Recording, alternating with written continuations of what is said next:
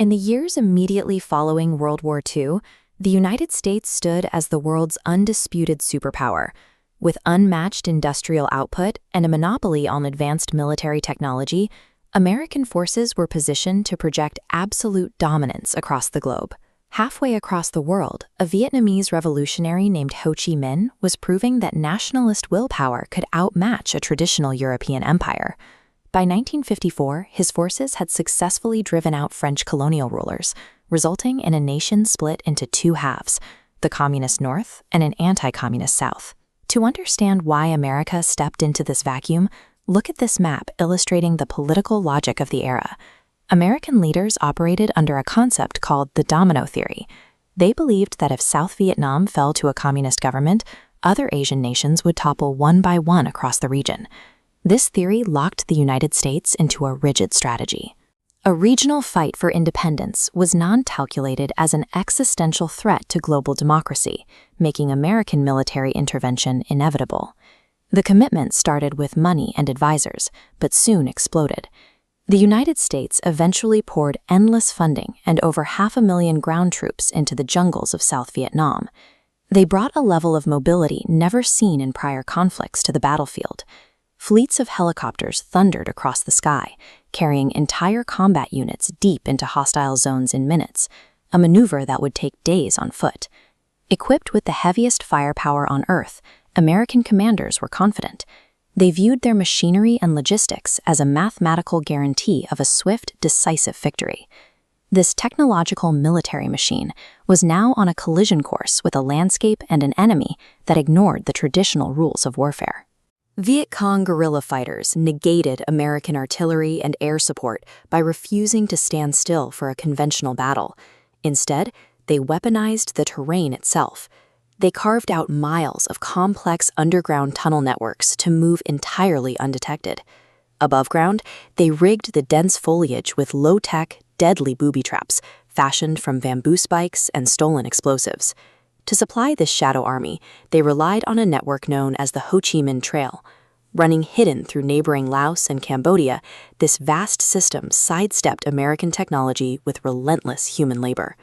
By day, these fighters blended into rural farming villages, appearing indistinguishable from ordinary civilians. By night, they launched surprise ambushes on American patrols. The Viet Cong took a war of capturing territory and turned it into a war of psychological exhaustion. The enemy was everywhere and nowhere at all. Frustrated by this invisibility, the U.S. military deployed a strategy of overwhelming brute force to physically erase the hiding places.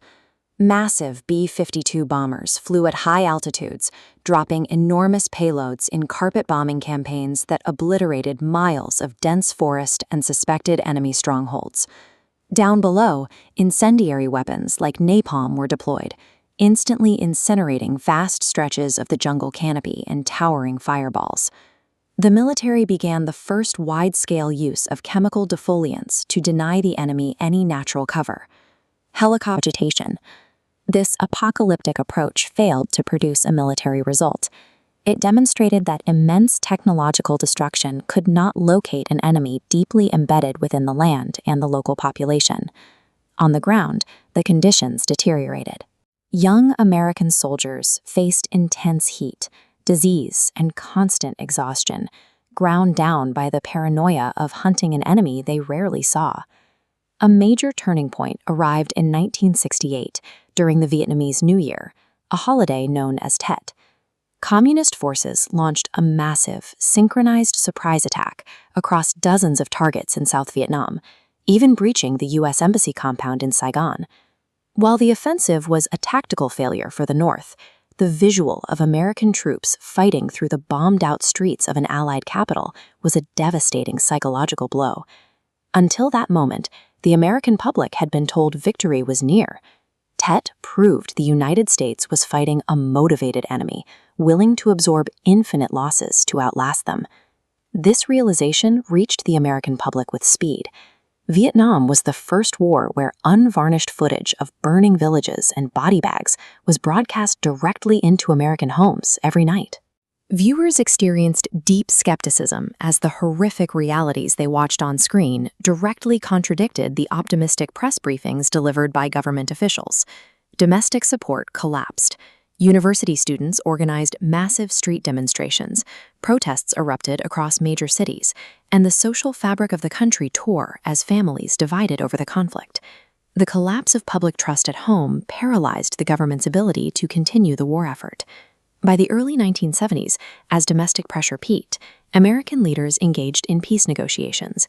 In 1973, the United States officially withdrew its forces, permanently transferring the burden to the South Vietnamese military. Just 2 years later, South Vietnam collapsed. In 1975, North Vietnamese tanks rolled into Saigon, culminating in a frantic evacuation of personnel via helicopter. The conflict left behind devastating costs. Over 58,000 Americans were killed. Millions of Vietnamese died, leaving the landscape scarred by chemicals.